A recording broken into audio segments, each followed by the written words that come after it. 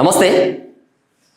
దేశంలో ఎక్కడైనా ఏ రాష్ట్రంలో చూసినా కూడా విద్యా వ్యవస్థ మీద అనేక కమిషన్లు ఇస్తున్నారు. విద్యను డెవలప్ చేయాలని చెప్పేసి చాలామంది గెలవక ముందుకు అనేక మాటలు చెప్పుకుంటే గెలిచిన తర్వాత మళ్ళా ఈ విద్యా వ్యవస్థకు సంబంధించినటువంటి ప్రైవేట్ స్కూళ్లకు ఆ ప్రభుత్వాలే వాళ్ళకు కమిషన్లు తీసుకొని వాళ్ళకు పర్మిషన్లు ఇస్తున్నారు.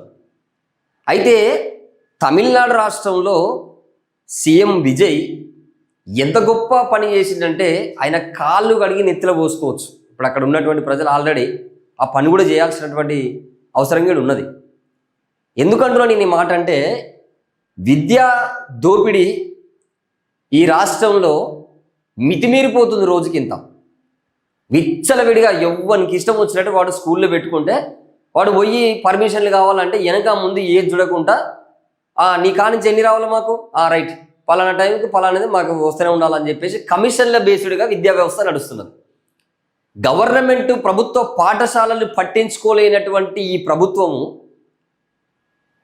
పెద్ద పెద్ద డైలాగులు కొట్టుకుంటూ అధికారంలో రాకముందుకు ఎన్నో మాటలు చెప్పుకుంటా మీరు ఎన్నికల టైంలో మేము ఇది ఫ్రీ ఇస్తాం, మేము అది ఫ్రీ ఇస్తాం అని చెప్పి, మరి దమ్ము ఉంటే విద్యని ఫ్రీ ఇస్తారా అని చెప్పేసి ఎప్పటి నుంచో కూడా అడుగుతున్నారు తెలంగాణ రాష్ట్రంలో ఉన్నటువంటి కొంతమంది. అయితే ఇప్పుడు తమిళనాడులో ఈ ఉన్నటువంటి అన్ని రాష్ట్రాల్లో ఉన్నటువంటి ముఖ్యమంత్రులకు తమిళనాడు సీఎం ఒక జలక్ ఇచ్చిండు. మామూలు జలక్ కాదు అది.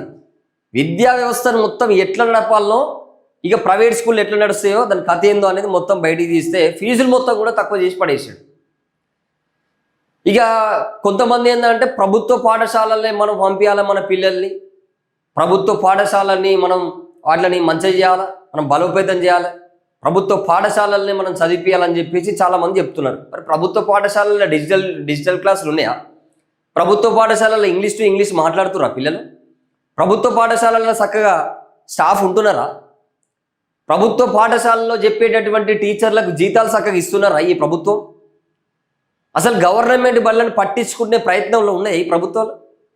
మరి ఎందుకు గవర్నమెంట్ బడిలో చదువుకున్నటువంటి పిల్లలు ఇంగ్లీషు మీడియం చదువుకుంటారు గవర్నమెంట్ స్కూల్లో, ప్రైవేట్ స్కూల్లో చదువుకునేటటువంటి పిల్లలకి ఎంత తేడా ఉంటుందంటే భూమికి ఆకాశానికి ఉన్న తేడా కనబడుతుంది.